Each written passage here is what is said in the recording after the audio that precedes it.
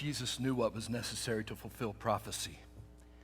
In Isaiah 52, we read that his appearance was so disfigured beyond that of any human being, and his form marred beyond human likeness.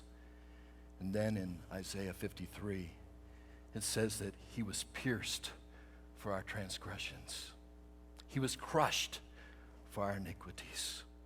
And the punishment that brought us peace was upon him.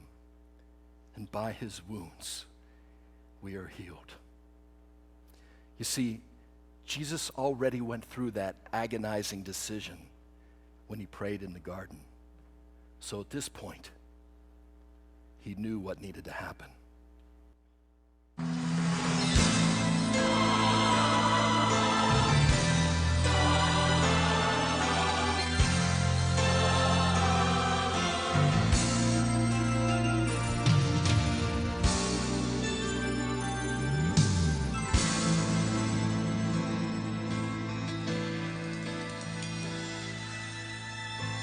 Violently they grabbed his arms as they tightly strapped each wrist.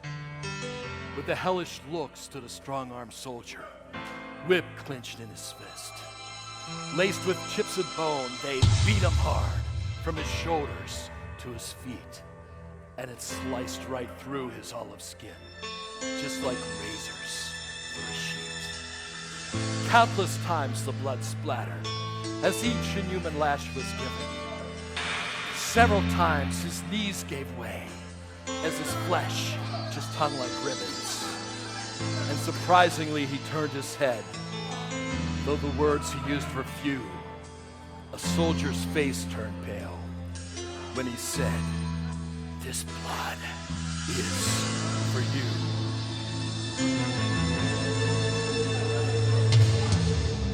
Uncaringly, they tossed a garment across his weakened form, and his blood pressure fell deathly low as the crowds began to swarm. They forced him to carry his cross uphill as his face they punched and smacked, while the splinters from that crisscross beam dug deep into his back. Through lack of sleep and dehydration, his tongue began to swell, and weakened by his loss of blood, this prophet teacher fell. And when he did, some blood splattered on a man named Simon's shoe, and as he bent to wipe it off, the prophet looked and said, "Simon, this blood is for you." This blood can save the soul, heal the sick, mend the heart. This blood can give you access to the very throne of God, and it still can go the distance through the pain to where you are. This blood is for you. The blood of the Lamb.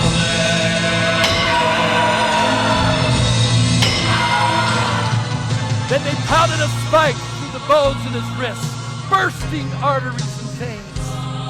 And as they dropped the cross in the hole they dug, his body convulsed with pain, through an agony and a torment that never a soul shall find. He tilts his face towards heaven with full control of his mind, with more love than any human heard before that time or since. He made a statement that to this day makes the strongest skeptic wince.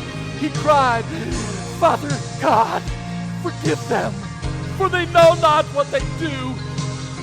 And as he gave his life to those lost in sin, he was saying, "This blood is for you." This blood can save the soul, heal the sick, mend the heart.